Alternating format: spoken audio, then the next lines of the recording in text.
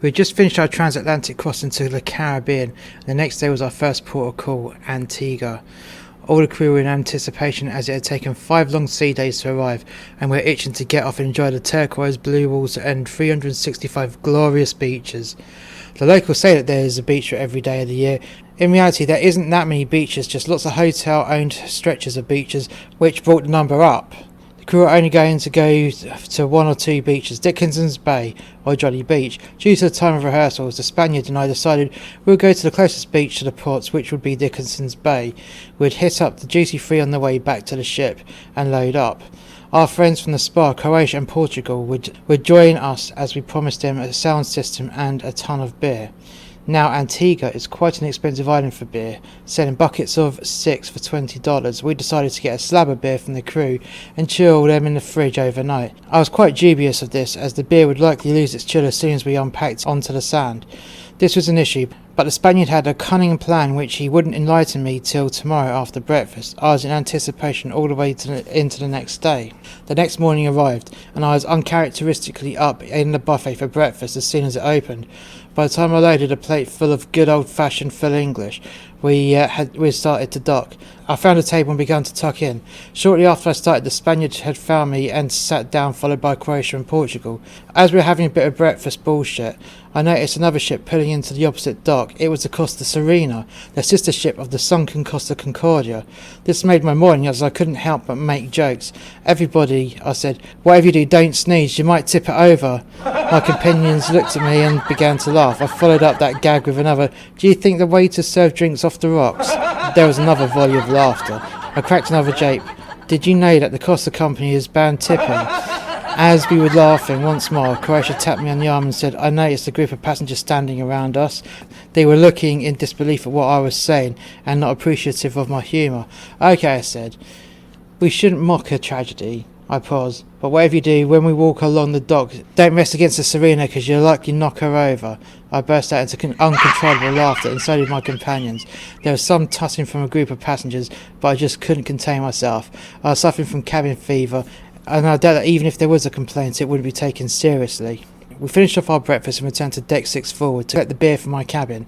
We entered my cabin and took my name badge off my excessively bright t-shirt and tossed it into my desk. "Yo," said the Spaniard, "do you have a few bin bags?" I nodded and ruffled through my handy drawer. I found a handful and tossed them over. The Spaniard left my cabin, and Croatia and Portugal both lit up a cigarette, as did I. I went over to my fridge and pulled out a tin of beer each. We all cracked them open and began having some chit-chat as I began to pack the beer into my rucksack. "I hope you had enough music on your phones, as my portable speaker has 6 hours of juice," I said. There was a knock on the door, and it was the Spaniard. He had filled 2 bin bags up with ice and then doubled them up into more bin bags to prevent them from ripping open and spilling out all over the deck. "Let's go," said the Spaniard. I loaded the speaker into my bulging rucksack of beer and we left. Portugal took a sack of ice from the Spaniard, and Croatia linked her arm to mine. We walked out of my cabin, down the staircase to deck 4, past shopping corridor, down through the warren and out to the passenger area where the forward gangway was. I received a few confused looks from passengers as we were in line to exit the ship with big bags of ice slung over our shoulders. But fuck them. If they were too stupid to have a plan like this, then that was their problem. As we walked down the gangway, the heat just hit me as though Mike Tyson just chinned me. This was my second Caribbean season, and I just wasn't acclimatised to the heat yet. We walked along the dock, and I put out a large and loud fake sneeze. "Achoo! Look, did you see that? The Serena started to tip," I shouted. All 4 of us began to laugh once more as we began to walk along the dock towards the gate. We hired a cab and headed down to the beach. The ride only took 15 minutes to get us there.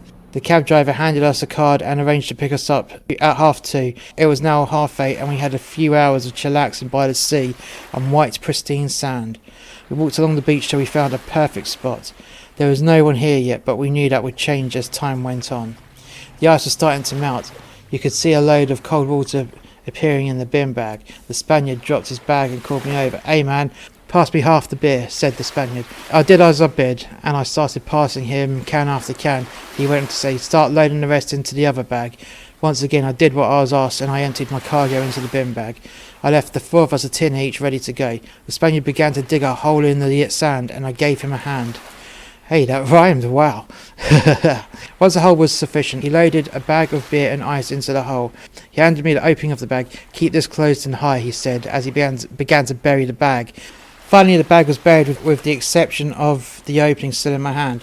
There we go, said the Spaniard. That ice won't melt and we will have consistently cold beer. There was a wave of smugness in the Spaniard's face. I have to admit, that stroke of genius would never have occurred to me. We did the same with the other bag of beer and ice. Then the four of us cracked open a tin each. The next few hours passed gloriously. We were having a swim and playing some banging tunes. Each time we went into the water, we took it in turns for someone to stay with our wallets, phones and stash a cold beer. We were having so much fun. Croatia and I were swimming, and I have to admit, I was trying to woo her as she was fit, and we could talk about absolutely anything. I picked Croatia up, ready to gorilla press her back into the sea, and I noticed some bellend was giving the Spaniards some grief. I put Croatia down and we both made our way up to the Spaniard and Portugal. "What's up, man?" I said to the Spaniard. Before the Spaniard could answer, the man jumped in with, "What is it to you?" I went over to my rucksack and pulled out a cigarette and lit it. "Well," I said, "you're being rude to my friend, and I'm finding out why." I blew smoke into the man's face. "Me and my wife were on our honeymoon," cut the man off. "My wife and I said to correct the man, knowing that my obnoxiousness will piss him off even further. "My wife and I," said the man, "are on our honeymoon, and your music is disturbing us." I blew more smoke into the man's face as I replied, "Well, move to another spot where you can't hear our music. There's a whole lot of beach that you can go to without being able to listen to what music we are playing." The man cut me a look. "But we want to be here," he shouted. I shouted back, "But we were here first, you fucking cunt." The man moved in closer and spoke into my ear. "Turn that music off, or you'll regret it." I laughed out loud. "Guys," I said, "this prick is trying to look like the man to his wife. In reality, he's just a little wet bitch." I turned back towards the man and once again blew smoke into his face. "Stop showing off to your wife, man, because you ain't going to get your way. Just move along and we will forget this ever happened." This did not go down with this random bloke. I guess he was used to getting his own way. He went to push me. I dodged him and stuck out my leg to trip him over, and he fell face first into the sand like a sack of shit. Croatia came up to me as I was about to finish the guy off and tugged me on my arm. "Come on," she said, "let's head back to the ship." The man stumbled back to his feet and spat, "You better not be on my ship." I laughed. "What, do you own a fucking ship?" "I'm a passenger on the Serena," said the man. I laughed even harder. "An Englishman on an Italian ship on his honeymoon.